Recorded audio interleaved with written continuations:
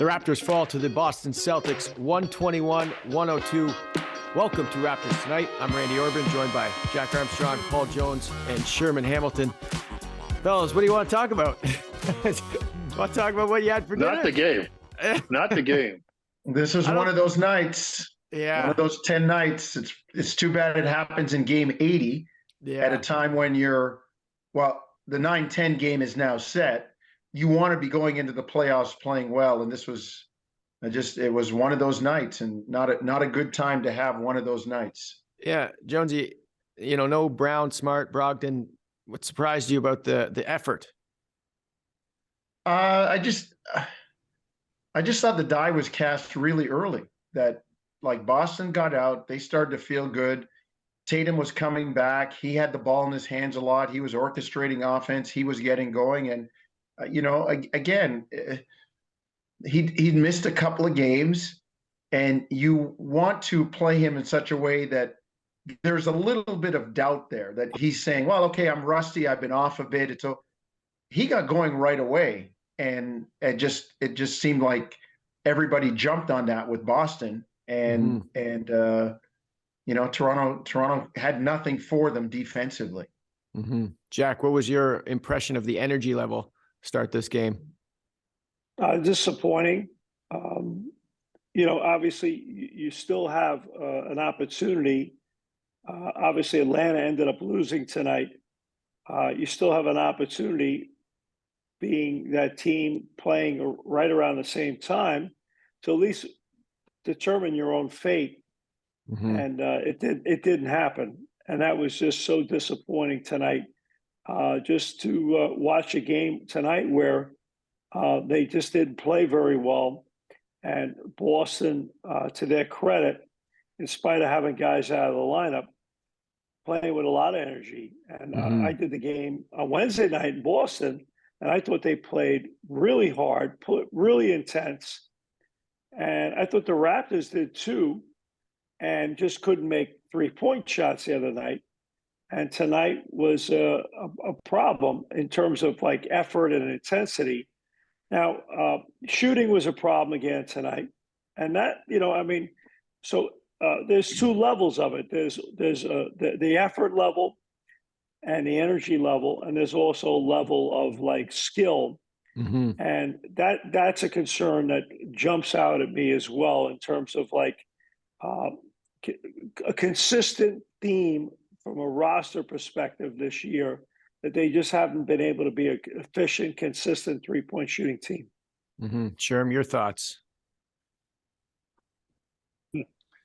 My thoughts are, that wasn't a good look. That game was not good. I also saw, on the flip side of it, a team in Boston that you could see they're playing for something that's greater. They're playing and putting things together for what they're trying to contend for a championship for. And, whoever's in the lineup, you saw, it's Peyton, Richard, if it was, Al Horford, Hauser, White, whomever it was, Williams, whoever was in the lineup, there was a certain level that was accepted of play. And that was it. Mm-hmm. There wasn't any kind of outside play. And to me, it showed the quality of their depth. It showed the consistency of what this team demands from each player, regardless of the minutes you play or how you get the minutes. Mm-hmm. And it showed me what a championship contending team looks like beyond their stars, beyond their key guys. And it was impressive. Those guys played really hard, and they played really well. And the flip side to that is the Raptors just did not answer that call. And I was really surprised at just how flat they came out to start the game. I could understand if they got overpowered later in the game, but from the jump, they didn't have anything to contend with the Boston Celtics in this game. That was very surprising. Mm-hmm. Yeah, Jonesy, the Celtics didn't really let up in this one. Just any takeaways from their play in your mind? Well, I go back to my initial statement. They know the playoffs for them start next Saturday. And, I've always contended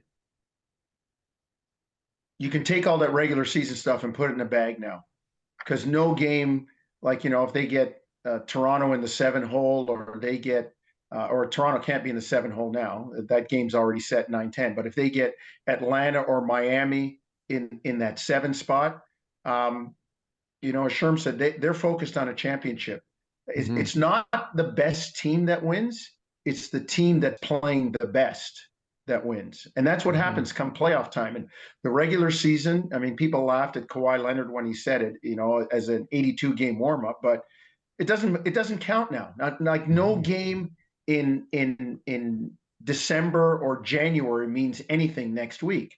And the Celtics want to be, listen, we need to be firing and playing well going in. So as Sherm said, no matter who comes in the game, do your job. Do your job. Make sure this team is playing well. Our ultimate goal is a championship. I saw a stat today where the Celtics have had more conference championships than missed playoff seasons since 2007 and 8. They've been twice to the conference finals since 07, 08 when Ray Allen and Kevin Garnett joined them. Since then, to missing the playoffs, which was once. This team measures things in banners, and they were on tonight. They want to be playing well going into the playoffs, and it doesn't matter if it was Toronto, Oklahoma City, the Lakers, the Bucks, whoever. I mean, you saw what they did to Milwaukee a couple of weeks ago, beat them by 20. And so they know what time of year it is, and I think that's the kind of focus that you need if you're going to try and win a championship. Yeah, Jack, Jason Tatum didn't play last game against the Raptors. He plays in this one. Was terrific when he was out there. This guy seems to me like he should have got a little bit more publicity for MVP. Well, he's really grown as a player, Randy. He's really come a long way. I was super disappointed with his play last year in the NBA Finals. He turned the ball over a ton. He was sloppy. But he had a great year last year, but just kind of ran out of gas late in the year. But this year he's been exceptional. And it looks like that experience has helped him grow and grow immensely. So I'm incredibly impressed with what he's doing right now. He is such a tremendous shooter and scorer, and he can score in all the phases, you know, the 3-point line, the mid-range, at the rim, at the free throw line. What does he shoot? Like close to 86% for the free throw line. So like he does it at every level. And I think he plays a lot harder defensively now than he's ever played. I think his awareness level of what the other 4 guys on his team or what the 5 guys on defense are doing, I just think he sees the whole thing so much better. It's really cool to watch how much he's matured. Okay, so this now, Sherm, solidifies the Raptors' play-in schedule. They will play Wednesday at home against the Chicago Bulls. What do you say then to your team after a game like this? Do you say anything? Do you move forward? Just forget about it? Like, how do you approach this? Well, I don't think there's really much to extract from this game. And for Nick Nurse, you got to turn the page. You got to move on. Now, understanding that moving on means speaking to things that need to be corrected. And I don't think anything in this game that happened is not something that we haven't talked about in the past in terms of what the Raptors need to continue to work on. You know, the consistency, the start of games, the defensive ability to get stops with consistency, offensively, make shots. They're getting shots. You got to make them at some point. You got to make shots and continue to move the basketball. All these things we've discussed throughout the course of this whole season that the Raptors have to find a way to do with consistency. So you keep preaching that message and you move forward. I mean, stinkers like this, they happen and you don't want to harp on them. But I think, you know, you're talking about a Chicago team that the Raptors, they beat them in the series 2-1 this year, and both the wins came at Scotiabank Arena. So we know how the Raptors have been playing at home as of late, and I think you start to, after Milwaukee, focus on what you got to do to get the job done against a team that you've had some success against, and you got to shed some of those things. And it's a short window to do it, but you've got to get better at some things before that game. And if you can, you have a chance to get a W in that situation. If you're a good team, Randall, and you know, to Sherm's point, this clunker at this point in the year should really shake you. It should really say, wow, like, come on, guys, we can't like this is playoff time. We can't have this. It's got to serve as some sort of wake up call, and I'm sure Nick Nurse will have his team's attention, when going over video and getting prepared. They got one more tune up on Sunday, and then it's win or go home. Yeah. So then what do you do, Jack, on Sunday against the Hawks? Are you trying to get right? Are you playing everybody? What are you doing? Well, you're playing the Bucks on Sunday, not the Hawks. So, a lot depends on what the Bucks decide to do as well. To me, it's the last game of the season. These are your home season ticket holders. A 1:00 Easter Sunday game. I think you're trying to win. I think you're trying to get everybody out there and playing at their best. I think you need to flush this out of your system. And to me, and I'm going to get the elephant right out of the room. There's been a ton of speculation about Nick Nurse that's out there right now. But a game like tonight isn't just on Nick Nurse. If you're looking at Pascal Siakam and Fred VanVleet, OG Anunoby and Gary Trent Jr. and Scotty Barnes, and go on and on and on and on with your roster, it's a collective, cumulative thing. And it's about everybody. So to me, you had a clunker, Sherman Jonesy nailed it, and I'm totally with them on that. And I think the best way to put a clunker behind you is you're in front of your home fans that paid their hard-earned money to watch you play on Easter Sunday at 1:00 against a good team, but a good team that has already got everything sewn up. You owe those people your best. Mm-hmm. And you owe yourself and them your best, because you want enthusiasm and excitement coming into a Wednesday home game against the Chicago Bulls. And to me, I think you come out there, you put your best foot forward, and everybody, not somebody or one person, everybody needs to put their best foot forward. Mm-hmm. Yeah. Sherman, I want to ask you this too before we go. Did you guys see what Dallas did today? They didn't play Kyrie. They didn't play Tim Hardaway Jr. They didn't play somebody else, I forget. But Doncic played, but he only played the first quarter. So Dallas still was mathematically possible to get into the play-in and elected to not play anybody. What do you guys make of that? I thought it was weird that Luka was going to play one quarter. I didn't understand that. There's got to be something behind it. Mm-hmm. But I made a joke. I mean, I think Mark Cuban made a Shark Tank decision right there and said, let's look at this from a cost-benefit analysis. Is this something we want to do right now? But it was weird. Obviously, I'm joking, but it was interesting to see that play out. And the decisions behind it, I don't understand. It would have to be broken down to me. But I just can't understand why you play one guy for a quarter, sit everybody else out, when there is a chance, even though it's not in your control, there's a chance you can get into the play-in. So my hands are in the air, and I need help figuring that one out. Yeah, and it was funny. They almost won. They almost won today. They almost beat the Bulls, but they didn't. Jonesy, I want to ask you about the Lakers real quick.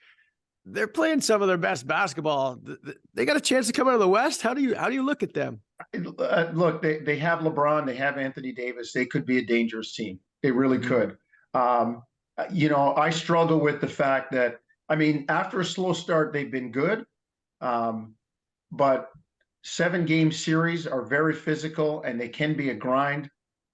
Is Anthony Davis going to hold up? Because I think he holds the key for them. Is he going to be able to play at that intensity level? If he can, they are very dangerous. And this is where, again, you don't want to put your hand up and say, okay, yeah, we'll take the Lakers in the playoffs, because they can come and get you.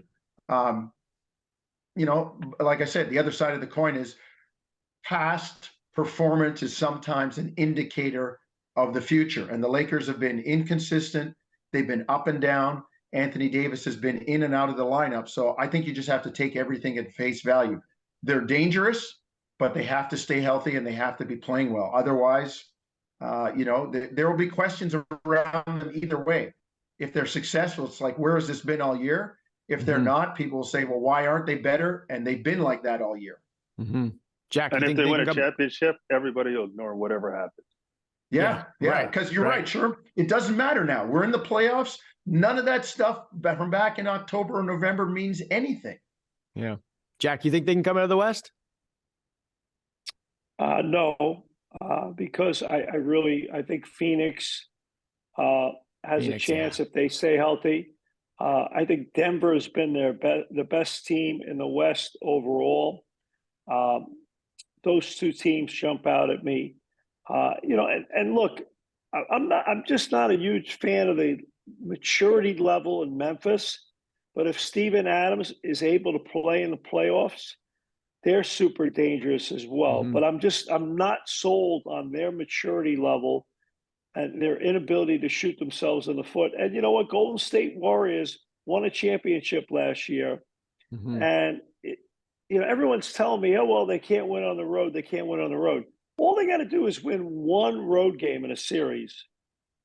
If they win one road game in round one, I like their chances. If they win one road game in round two, I like their chances. In every round after that, I really so to me, the Lakers, I think they've done a good job improving their roster. I like their team now compared to what they were before.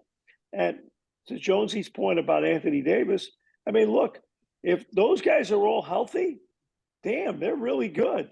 But I just like those other teams a little bit better. Sure. Who you got in the West? If you're pushing me, Randy, and gun to my head, I'm saying Phoenix. Phoenix, sure. I'd say Phoenix as well. I just think that they're the most complete team if healthy.